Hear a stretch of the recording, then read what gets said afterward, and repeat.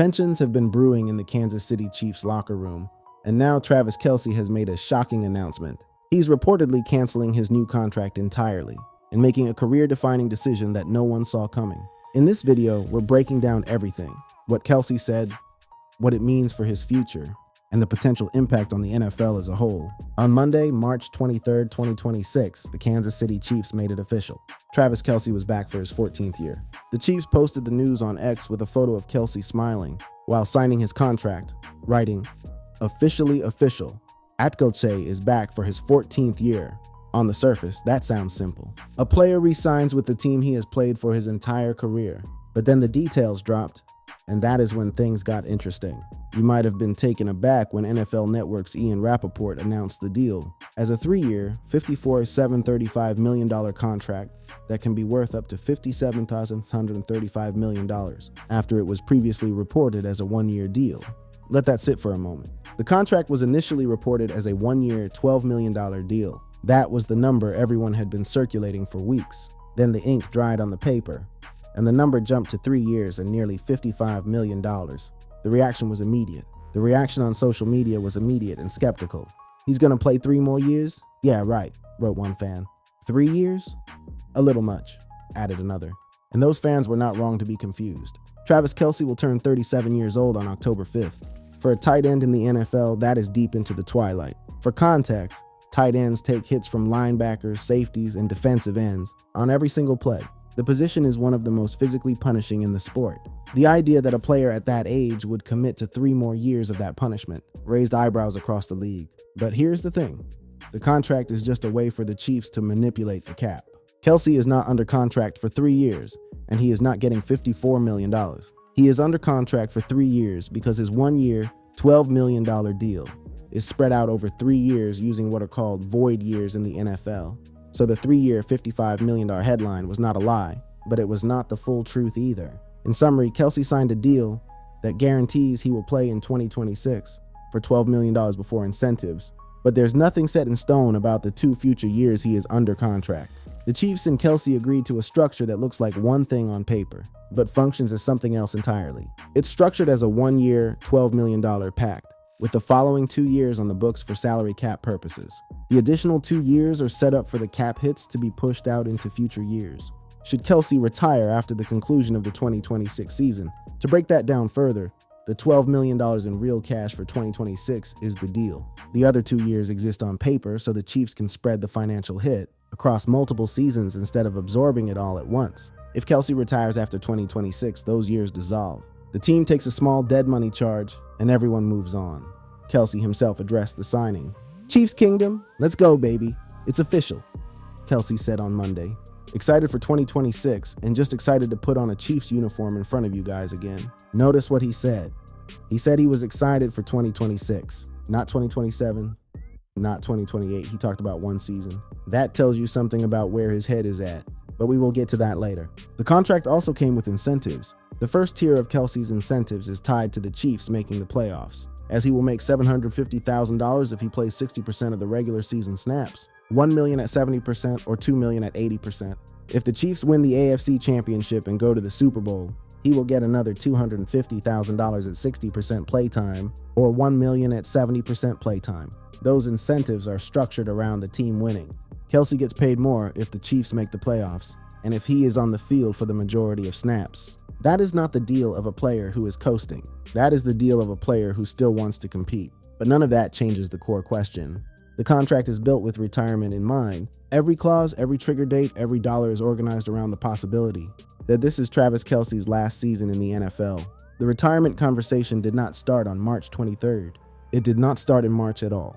It started months earlier when the 2025 Chiefs season fell apart. The Chiefs finished the year with a 6-11 record and missed the playoffs for the first time since 2012. That is 13 years of consecutive playoff appearances gone. For a franchise that had won 3 Super Bowls in 5 years, this was a collapse that nobody saw coming. The uncertainty came after a disappointing season for the Chiefs, who finished 6-11 and missed the playoffs for the first time in over a decade, raising questions about whether Kelce might walk away from the game. And those questions were fair. Kelce finished the 2025 season with 76 receptions for 851 yards and 5 touchdowns. Those are still respectable numbers, especially for a tight end his age. but they are down from his peak years. In 22-20, he set the NFL record for most receiving yards by a tight end in a single season, with 1,416 in 2020 despite playing in only 15 games. Going from 1,416 yards to 851 is a decline that no one can ignore.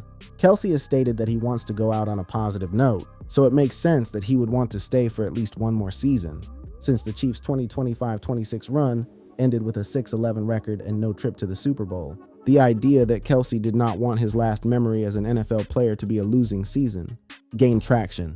He had said as much himself. On a January episode of his New Heights podcast with his brother Jason, Kelce opened up about where his mind was. If my body can heal up and rest up, and I can feel confident that I can go out there and give it another 18, 20, 21-week run, I think I would do it in a heartbeat, Kelce said. Right now, it's just finding that answer. That was January. He was not saying yes. He was not saying no. He was saying he needed time. And the Chiefs respected that. General Manager Brett Veach said the team wants Kelce fully committed if he returns. They want to make sure that when there is a decision, he is 1,000% sure that he is all in, Rappaport added in his report. Head coach Andy Reid also weighed in. There is communication, Reid said. That's the main thing. I've said this before. As long as there's communication, I'm good. That means people want to move forward. I think that's where Travis is. Meanwhile, other teams were watching. Prior to Kelce and the Chiefs coming to their agreement, NFL insider Diana Rossini of The Athletic released a report, stating that Kelce was looking outside the Chiefs for a 2026-27 run. Based on conversations with several teams, TE Travis Kelce appears motivated to return to play a 14th season, she said in a post on X. That same day, Rossini and her colleague Jesse Newell reported that while Kelce is expected to play his 14th season in the NFL, there's no guarantee it's with Chiefs. The story added that Kelce's representatives are expected to talk to multiple teams. So the picture in February and early March was this. Kelce wanted to play, but it was not certain he would stay in Kansas City. He was weighing options. He was talking to people, and retirement was still on the table. During the final month of the 2025 regular season, Kelce spoke to legendary tight end Tony Gonzalez about retirement. Apparently, he said he was unsure of what's next for him. I did an interview with him on Christmas, sat down with him, spent some time with him after a personal level, and I really believe, and he said it in the interview, he's like, I really don't know. I believe him, Gonzalez said. That conversation happened on Christmas Day 2025. Kelce was telling a Hall of Famer he did not know if he wanted to keep playing. That is not the language of a player who has committed to 3 more years of football. Kelce himself made clear on a recent episode of his New Heights podcast that the decision to return was not taken lightly. You know, I was taking Jason Kelce's advice. I was taking the advice to take a step back, he said. You gotta let the emotions clear and you gotta have a clear head. I've made decisions based off of emotions, and they haven't always played out the right way. His brother Jason retired from the Philadelphia Eagles after the 2023 season. Jason went through the same process. He knows what it feels like to stand at the end of a career and look both ways. And his advice to Travis was to take his time. Do not rush the decision. Do not let emotion drive it. The Chiefs' failure to make the playoffs in 2025, only the second time in Kelce's 13-year career that it happened, weighed heavily on him. So when the March 23 signing finally came, it carried weight. This was not just a contract. It was the conclusion of months of internal deliberation. Now let us get into the financial engineering behind this contract, because that is where the real story lives. The numbers tell a story that the headline does not.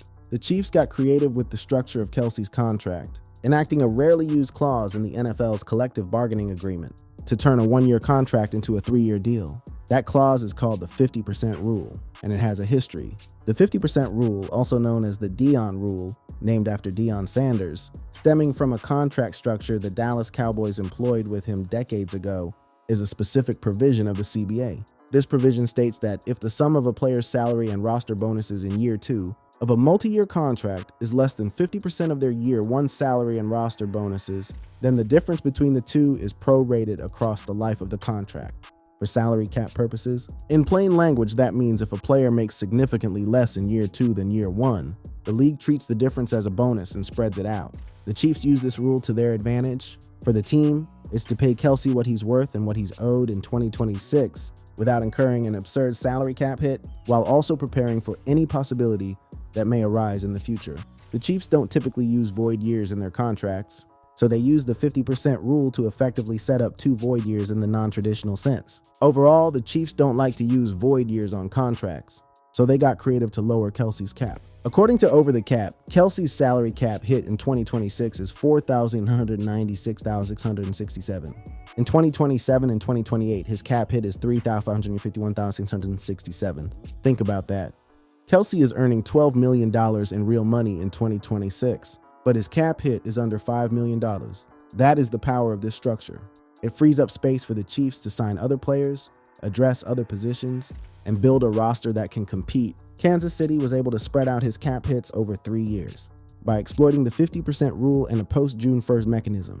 As one report noted, the Chiefs have a long-standing policy of not doing void years, and the above two rules allow them to sidestep that. But the deal also has a built-in exit ramp. According to one detailed breakdown, Kelce has minimum salaries built into dummy years in 2027 and 2028, with a $40 million guarantee for 2028 vesting June 8th of next year, which will force the Chiefs to release him by then and allow for them to spread the dead money out, since the date falls after June 1st. That June 8, 2027 date is the key. If Kelce chooses to retire in 2027, the Chiefs can effectively relieve Kelce from his current deal before the June 8, 2027 trigger date, where $40 million becomes fully guaranteed.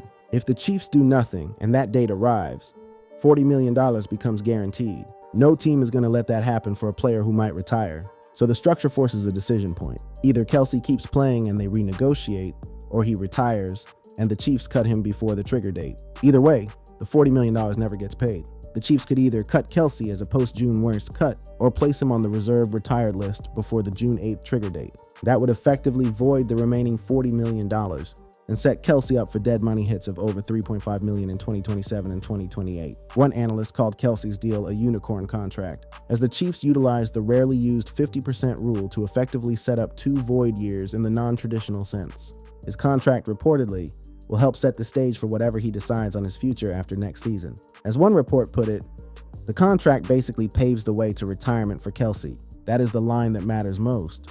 The contract paves the way to retirement. It does not prevent it.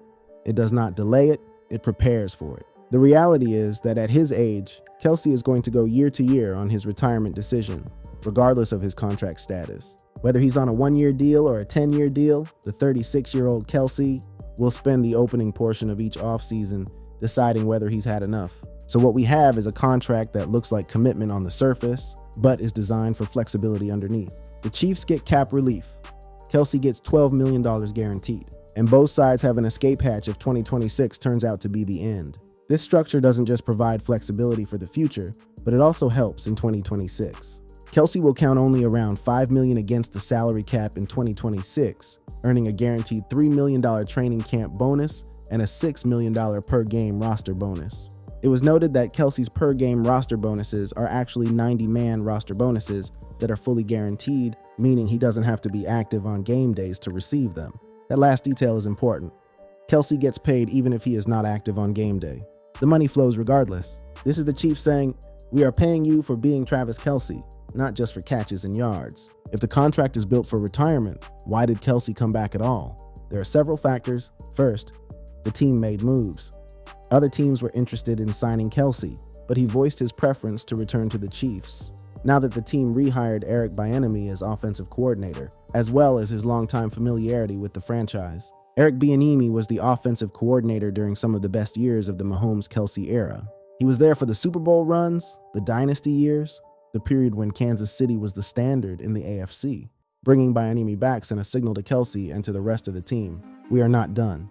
We are reloading, not rebuilding. Second, there was the matter of Patrick Mahomes. Travis Kelce received a surprise FaceTime call from Patrick Mahomes while signing his new contract with the Kansas City Chiefs. That moment says everything about the bond between these two players. Mahomes did not wait for the press release. He called his tight end while the pen was in his hand.